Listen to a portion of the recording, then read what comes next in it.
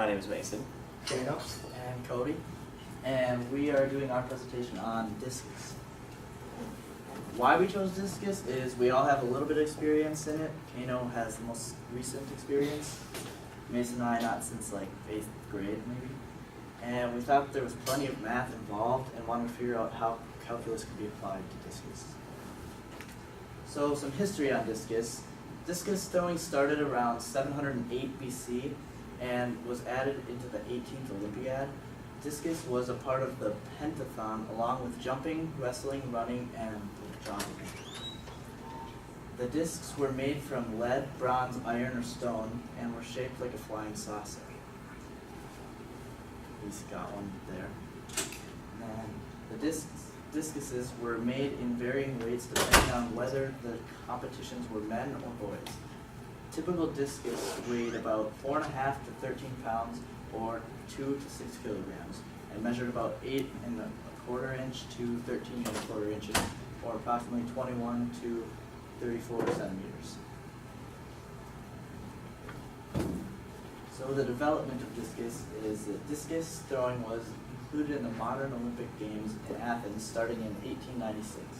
Discus throwers stood on a pedestal that was about 24 inches by 27.5 inches, and then the following year, the U.S. held a discus throwing event that utilized a circle about 7 feet in diameter. Then this is just kind of the different sizes of discs that they would use, varying on your age and size.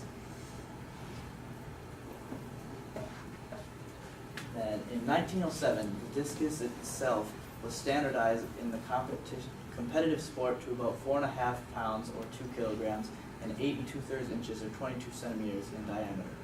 And the discus throwing circle increased to more than 8 feet across by 1908. Modern day concrete throwing circle wasn't introduced until 1954. So this is kind of this is this discus circle that you stand in today. And so you start back here and you do a spin, which we'll show you later. And then you throw it out the front, and from the center of the circle, there's an angle of 40 degrees, which is the center and where your disc has to land in between, or else it's considered out of bounds and it's a scratch, so it doesn't count.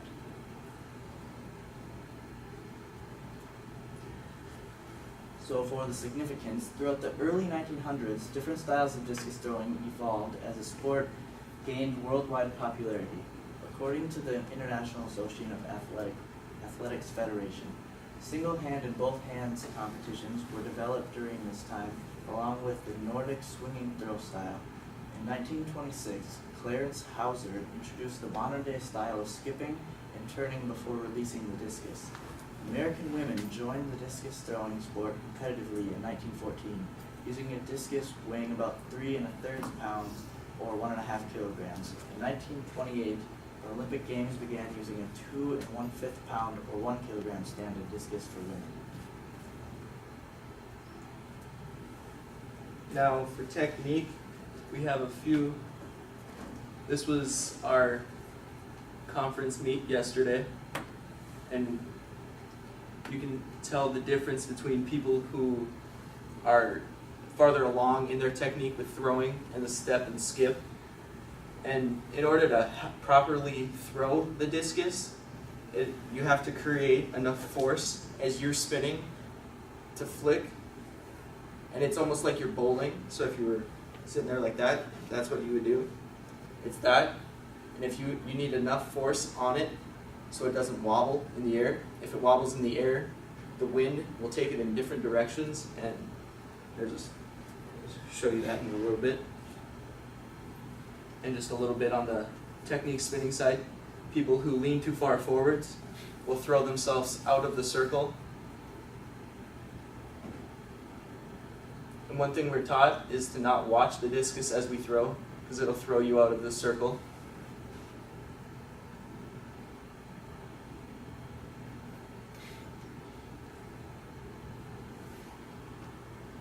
And as you see, when you stand at the back of the ring, you usually stand even. That first foot flicks right towards the middle, with the second one falling around it to create the tension.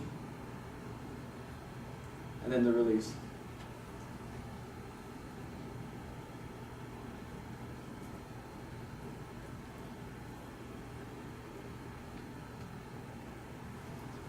And now we couldn't find a graph with a discus on it, but it is the same mechanics as a plane. The only difference is the plane is going this way. You have to imagine the discus coming this way, so the drag is on the opposite side. So when the discus, say it leaves your hand from over there, and starts coming this way, you have the wind resistance coming at it, depending on the angle of the disc, is also giving it lift, and the wind going over it is giving it the drag, which would be pulling it this way.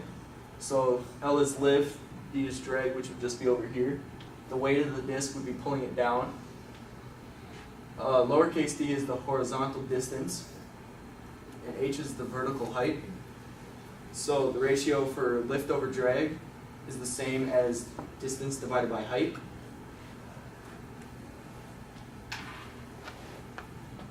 And here's pretty much what I was explaining. As the wind is coming this way, it is also picking it up, and there is wind coming over it to keep it from just stopping in midair and to keep it moving.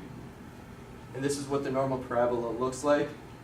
This is how the discus flies. With the wind hitting it, it brings it to a dead stop midair and starts to float down instead of continuing that perfect parabola.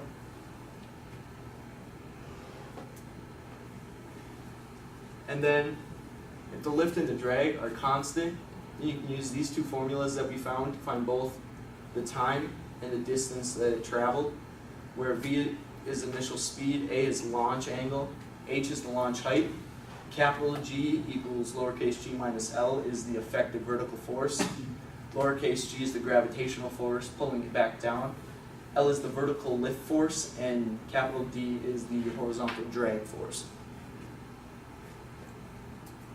Now for example, if you had V equal 20 meters per second, A 35 degrees, H 1.5 meters, capital G equaling 0.8, lowercase g equaling 2.066, capital L equaling 1.266, D, the drag, equaling negative 38.073, which means it's just going over it and pulling it back. Then you have V equals D over T.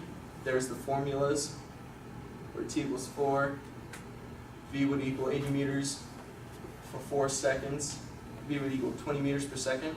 So this is how velocity that it's moving per second is 20 meters per second. And if it had all of these constants just how they are, it would fly 80 meters.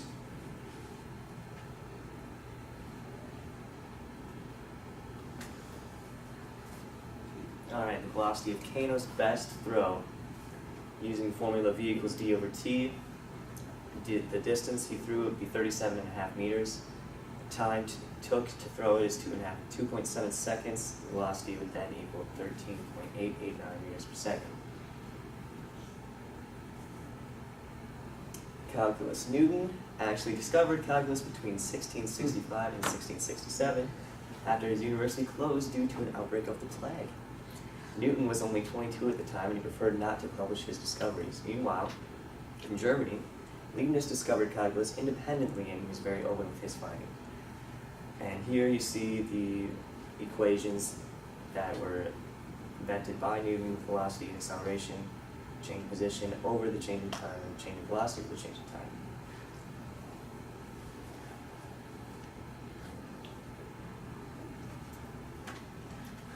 Why did the chicken cross the road?